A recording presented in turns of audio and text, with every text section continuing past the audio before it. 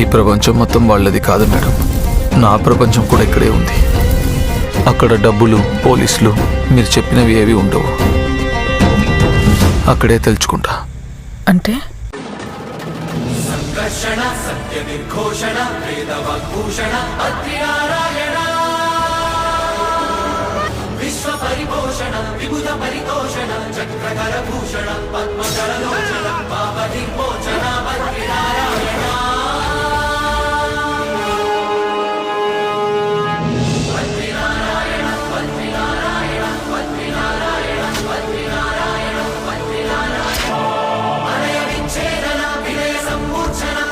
దుష్టగణ సంహరణ